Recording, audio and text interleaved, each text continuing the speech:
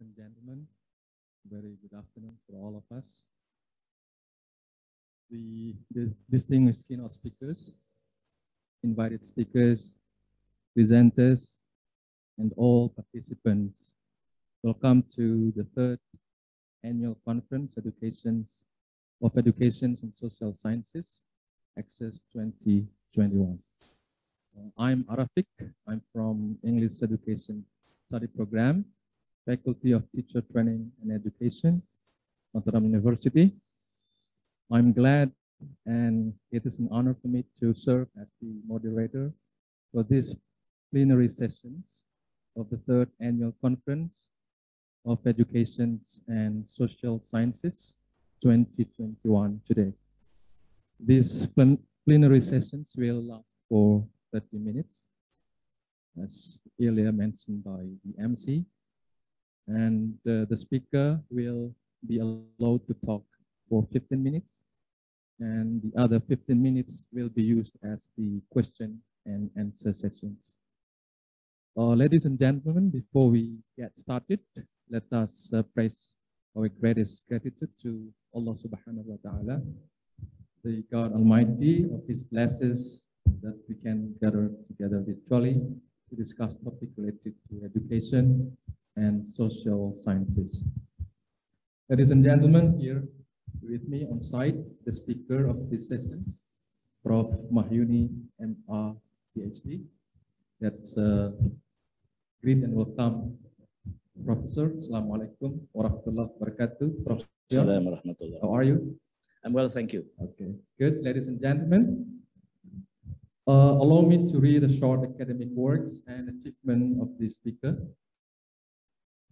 Professor Mahyuni, MA, Ph.D. earned his master's degree in linguistics at Macquarie University and his doctoral degree in language and social changes at the University of Melbourne, Victoria, Australia.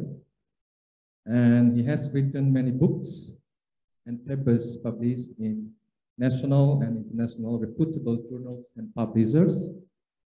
He is now a professor at the undergraduate program of English Education, Faculty of Teacher Training and Education, Mataram University. He is also an external supervisor and examiner in doctoral program of linguistics, Faculty of Cultural Studies, Udayana University. And also he is an invited examiner at doctoral program of linguistics at the Hasanuddin University. Okay, without further ado, I am now inviting the speaker, Professor Mahyuni, who will present his paper about language policy and linguistic pluralism, Sasak Revisited. Please. Thank you, moderator. Assalamualaikum warahmatullahi wabarakatuh. Distinguished speakers, invited speakers, and the presenters, also the audience. Thank you very much. That a bit late to start this session, but I believe you can extend the time. My topic is language policy and linguistic pluralism, Sasak Revisited.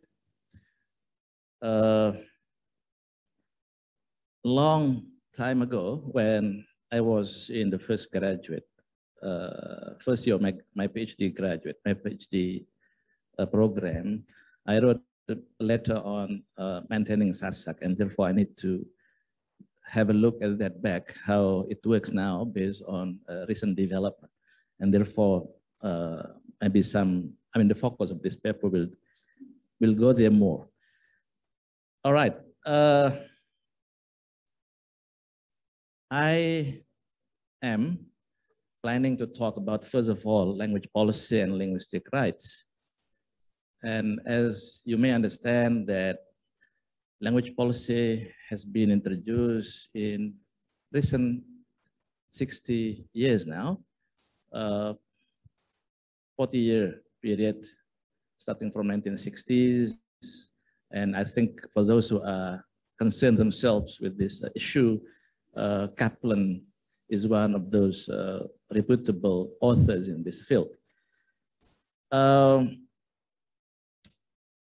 success story, to be honest, has been made until recently, except maybe Maori in New Zealand, but those who in other countries appear to be struggling very hard to reach the position to be acknowledged by the rules and the constitution of the of those particular countries. The issue or the spirit being brought up in this case is that policy is expected to bridge the notion of accommodating the minority languages in this case, particularly to do with local languages, and the preoccupation and reinforcement of, sorry, a bit technical case in this situation, preoccupation and reinforcement of public monolingualism, not to say national language in our case. And another spirit is that linguistic right is the identity expression and this human right. It is everybody's right to maintain their own language. Diverse in linguistic underlies the richness of the cultural values. And those reasons so far are functional enough to try to bring up the issue into language policy. And therefore, it has been espoused for a long time. But again, in our case, I'm sorry to say this, but it is maintained half-heartedly. It is, implemented half-heartedly. We'll talk about that later on a little bit. Diversity in linguistic, according to crystal realm, is good for humankind in the same way that biological diversity is beneficial. So I'm using metaphor in this case by referring to biological diversity to show the richness of local diversity. This language policy should aim at preserving as many of the world's languages as possible. And this is what UNESCO, later on we'll mention that as well, was trying to proclaim in 2008, something I forgot the year, but we'll see that later on. The policy question raised have to do with which languages take priority and have to go about preserving vulnerable ones. So again, this is the issue commonly occur when more than one ethnic languages exist in that particular situation. Not only those point, not only that point, whichever you use, that or those, but it has been 2008, so I'm not wrong in this case, Director of UNESCO, Matsura International Year, Matsura, sorry, the name of the Director of UNESCO, proclaimed the International Year of Languages, far from, who argues that far from being the field reserved for analysis by specialist languages, in this case languages, lie at the heart of all social, economic, and cultural life. The values we talk about when we talk about vernaculars, and then values exist there and can be separated from the reality of how people use that in their ordinary life. I quoted from Compass 2009. Again, Matsumura still emphasizes the point that the diversity of the language and culture as fundamental tool to guarantee the intellectual satisfaction and emotional, including moral, in which how can we reach those? This what we call determination was aimed at appreciating the use of mother tongues or local languages all over the world. And therefore, since then, all the world responded this a kind of proclamation, right? Declaration of International Years of Mother's Day languages in the world. many, particularly our case, I don't have to mention other cases, but in our case, since then, although we understand that we are also guaranteed by our constitution that all languages, not only national, but ethnic languages also should be preserved by the government. Not only that, as we understand that the fact that pluralism, wherever we are, I think needs to be maintained, as I have used a metaphorical borrowing just now by using biocultural diversity, in which richness of the local should be maintained, because again, it is complex aesthetic, intellectual, cultural, and even scientific value in it. So world with many languages, like a world with more cultures, arts, and species of many animals is better and more colorful, more colorful, rich and interesting, compared, of course, to those world with no richness, like what I have mentioned. Analogy, again, we are using ecological arguments about biodiversity. Linguistic diversity is backbone of human evolution. Language is connected to culture, and culture of life that constitute repository of knowledge and wisdom adapted to practice, parties condition. And therefore, so far what we got the problem with in this case is that what to do with the issue of policy, local languages and competing with our national one. And even now the case is international because we are living in the global world. On one hand, promoting unilingualism, in which government, local government, is expected to, play a role as well to support central government, as well as promoting our national language. In our case, for example, is hard effort has been done to introduce that all all institutions should apply national language in our daily routine. But on the other hand, we have to work hard as well to preserve our plurilingualism, so kind of diversity. Why? Because again, we believe through our language, local language, where we brought up, we maintain values and a kind of diversity of human being there, right? The debate, therefore, is not only occurring in our level or national level, but it is also happening internationally. Yeah, and therefore, again, we are saying that international level mirrors that it also occur in our national level. And until now, it also happens in our case, regional level. Again, I'm saying in other words, many of the arguments for fostering linguistic convergence appeal to the community's interest in language, while diversity arguments appeal to the broader conceptual value of language, conception of value of language. In terms of global trend and ethno-linguistic vitality, the argument is very clear, right? What is the worth of preserving our mother tongue, our local language, ethnic language? What is that for?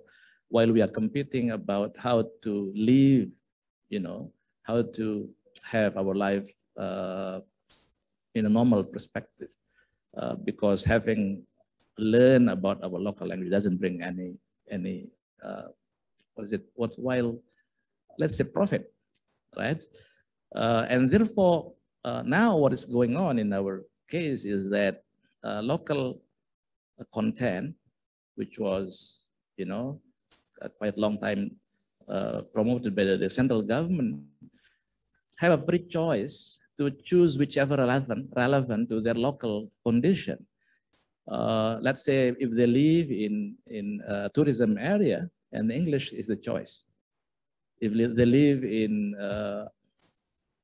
yeah, let's say carpenter, where local staff also work there, then you know, kind of sort of vocational and training is the local content. So the time is 2 minutes. Oh, 2 minutes left. yeah. In our local perspective, we believe that it should be maintained, should be, you know, should be also part of our commitment to preserve it, right? And therefore, this should be also supported by the rule. And we believe, and we also know that our constitution, Undang-Undang Dasar 1945, has indicated that on verse 36, Article 36, right? Where it is said there, the vernacular is spoken and well nourished by their respective speakers, such as Javanese, Sundanese, Madurese, are respected and preserved by the state, as those languages are also an integral part of the national culture. The question is, what about the rest of the local languages in Indonesia, including Sasak? Is the commitment the same as those three mentioned by Constitution, where government seriously support the effort of preserving the local language or not? This is a big question that everybody should be aware of if we still love our values, local values, cultures, and languages. I think that is for my short presentation, because I will welcome more on questions, and as response should be addressed to those questioning. Thank you very much, moderator. Okay, very good presentations delivered by Professor Yon. Thank you to the participants. Ladies and gentlemen, we are now coming to the question and answer sessions. And I'm now having a look at the chat box. There are some questions which were written here. Let me read the first questions from Erwan Husna. Mr. Professor, do you want to answer the question one by one? Or? I don't know, depending on moderator mode. Okay. Yeah. So your mode. Thank you. Yeah. So the first question is from Erwan Husnan. The question is, what do you think the best method to preserve local language, especially in West Nusa Tenggara? You can answer this question. Thank you. It's interesting point. What we need, what we badly need currently, is of course a support from the local government, and that is shown through the Perda, right? Local regulation. I mean, Perda number 5, if I'm not mistaken, 2020. So recently signed. I'm not sure. I haven't have a look completely about that Perda, as well as the previous Perda, which has been produced by the previous government as well. But to be honest, that has been done half-heartedly. To be honest to say, it's not totally serious. Where I believe when it is managed seriously through the budgeting, through the strengthened regulation, I believe this can be done. Clear or explicit indication is there is no support about a kind of having institution which also train those who will in turn being a teacher of local languages, right? We've been trying hard to have that, and then I'm not sure what's the reason. What was the reason why it was rejected, denied by the our rector as well? But the big question there was that what about the future of graduates? Or what about the future of the graduates? if they, with the we open the program, but who will manage those graduates in turn? Are they in turn will be jobless, or do the local government also employ them as a normal, what we call pegawai daerah or local employment, local employees in this case? That is big question being addressed at the moment to everyone. And therefore, I think that's what I mentioned as half-heartedly regulation has been produced, and it will work until when, I don't know. No answer until the end, from the government, local government to next period, next government, that issue keep going. And well, when you come to the office and question about, the issue, what's going on, what can we do together? Because to be honest, we are ready to help as academia. But again, I'm saying, Pak Usnan, commitment of the local government to help, this work, this regulation work is managed half-heartedly. I'm sorry to say this, but I think we have to say it objectively, right? That's what's going on at the moment. I think that's my answer. And therefore, once again, the next one, maybe the most important one, is that everybody should be proud, because pride is important to manage our local language. You should be proud of using your mother tongue, and because pride, again, is required by the community. And I think that is a part of showing identity to the world. I think that's my comment, Mr. Moderator. Thank you. Okay, thank you for Prof. Yon to answer the questions from participants.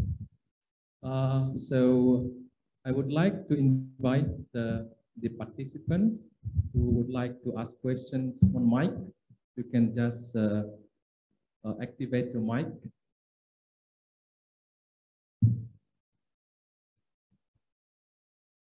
Okay, those on site here? Okay, no one, okay. So let's just continue reading the next questions on chat box. The next question is from the name here, room A mode. So I don't know the name. The question is, Prof. Yon, how do you see the trend of many young families who prefer to teach their children Indonesian or English and view their local languages as inferior? Often feel more confident and proud of speaking other languages, especially in public place. Okay, please answer. Right. Thank you, moderator. I think this is a free choice, right? We can push people to speak what we expect them to speak. Again, it's a matter of choice, and it's a matter of perspective, how important the mother tongue to them. And there is no mistake, I believe, right? It's not their fault. Because again, if they live in a heterogeneous complex, housing complex, for example, there is no way to hide from the fact that you have to use Bahasa or maybe even English, because that is considered to be more prestigious, for example. But it's a sad view sometimes when you go to the village, and some villages even try hard to ignore their existing local language. And that's occurring at the moment, right? That's with neighboring families around. You ask them in Sasak, then they responded in Bahasa. Why? Of course, we have to appreciate also their effort to learn Bahasa, because they don't, didn't go to school previously. We don't know that the case, but their Bahasa even, they use it in a wrong way sometimes. So and therefore we appreciate that they are learning. And I mean, we have to tolerate the reality that we are mixed marriages, in heterogeneous complex, even not mixed marriages, even with the same ethnic group, family, for example, but because they are socializing in a different milieu, different atmosphere, and then Indonesian can't be denied as the lingua franca in that complex, for example. And therefore, nobody should be blamed right, to be wrong.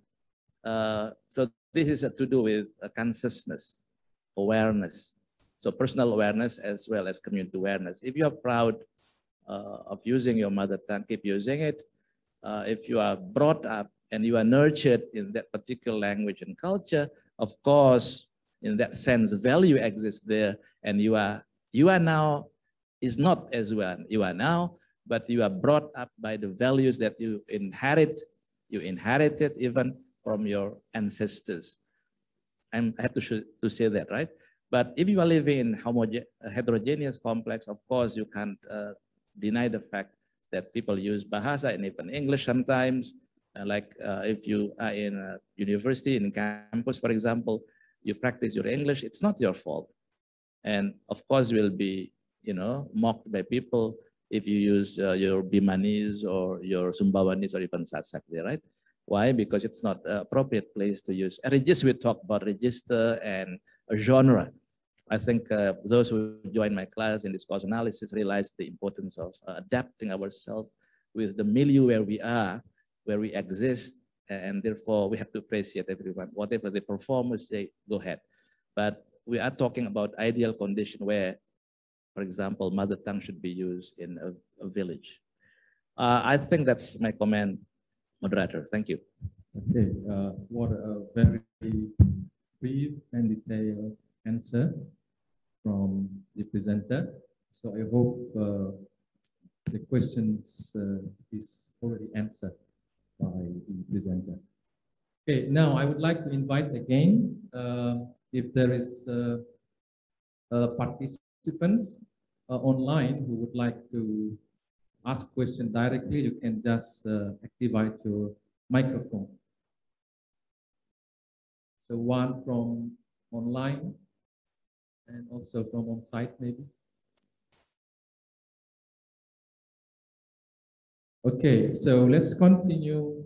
We still have 5 minutes to go for completing these sessions. Now let's read the questions from chat box. The questions is from Muhammad Anhar, I think, room E. The questions is, I think the diversity in language creates what so-called new system of language. For instance, the way we produce a language we learn, sometimes affected by our prior language. My question, where's the questions? My question is, there is any possibilities we lose the original system of the language? Thank you. So the question, is there any possibilities we lose the original system of the language? I think, of course, yes, right? The dynamic use of language wherever it exists and used by people, the notions of evolution, change, of course, keep occurring wherever it is. And therefore, in our case, of course, yes. Once you just take example from your own experience, maybe as people or person learning English in our case, and also we use national language, Indonesian. We also have our own mother tongue, and we also keep enriching ourselves with other languages, local languages, ethnic groups languages. I speak a little bit Bimanis, for example. I understand a little bit Sumbawanese. As a bilingual speaker, or multilingual even, of course, you can deny the fact that the system sometimes, being interfered by those languages exist, languages that you commonly operate in your own daily experience and daily life. I think that is normal, right? We talk about something disappear and something coming. It is the way language works. And this happens in all cases. It's not only your mother tongue, but it happens all over the world. Even our experience, for example, show that tools for farming, which is now not functional anymore, we miss those terms, right? We miss those terms. And this is a part of the a rich area of research in language loss and language endangerment. Maybe I think that's the comment, right? Thank you. Okay, so we still have 2 minutes, and I think there are still many questions that I see in chat box. So again, I would like to invite the one questioner who would like to ask directly, and you can just speak and activate your mic.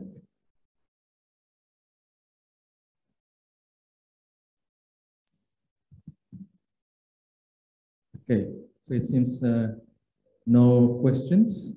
So this is the last questions from Bapak Amrullah. The question is, language is like human being. There is a time to born, grow, get mature, adult, old, and die. So what is the main point of maintaining or sustaining local language in related to the global intercommunications? Yeah, I think I have mentioned a bit about the worth of nurturing and maintaining, preserving our local language. For those who grow up in that particular language, maybe, of course, where you were brought up, you were nurtured by your parents using the terms, the values exist in that particular language, and therefore you need to maintain it. But again, I'm saying, how is the case when you just speak the language to yourself? If you are mixed marriage, for example, and your wife doesn't speak the language, your son, your children in turn wouldn't speak the language. Of course, there is no point. But I think you still need to inherit your knowledge of wisdom about your particular culture to your children. You tell them. And that's what I myself experienced, although my children don't use totally the mother tongue, but something to do with wisdom, positive values of the language that I'm using. I tell them and they're happy to hear it. Because sometimes children need to compare what's going on with the current world and the past world and what's going on that needs to be anticipated in the future coming world. And well, nobody can predict what's going on in the future, but in terms of being wise, I think, therefore, in that case, you need a value that you inherited from your ancestors, your parents. I think that's the point, right? You can push them, of course, using, let's say, Sasak in your family. If you daily speak Indonesian, even you maybe bring your children to speak English and put them into some English courses, you need to help them practicing their English at home. And if you speak Sasak, of course, will be denied by them. This is a kind of nuclear family views at the moment, right? Where English is preferred more compared to local language. And that is the challenge. The challenge needs to be answered, anticipated by everyone who love to their mother tongue language, local language, ethnic languages. I think, did I answer the point? Okay, thank you very much to the speakers, Professor Mahyuni and Ph.D. for the explanations. And I do not see any questions in the chat box. So for those who are eager to know more about the topic presented by Professor Yong, you can contact persons with him. And before we close this sessions, I would like to highlight one point I can only highlight from this. It is important to revitalize local languages of the world and let them living together with the other languages so as to make us in the multilingual communities. So very interesting topic that have been discussed. Thank you for the speakers again. Thank you And also everyone. for all participants who are stay tuned in these sessions. And Assalamualaikum warahmatullahi wabarakatuh. Waalaikumsalam warahmatullahi Over wabarakatuh. to the Thank you.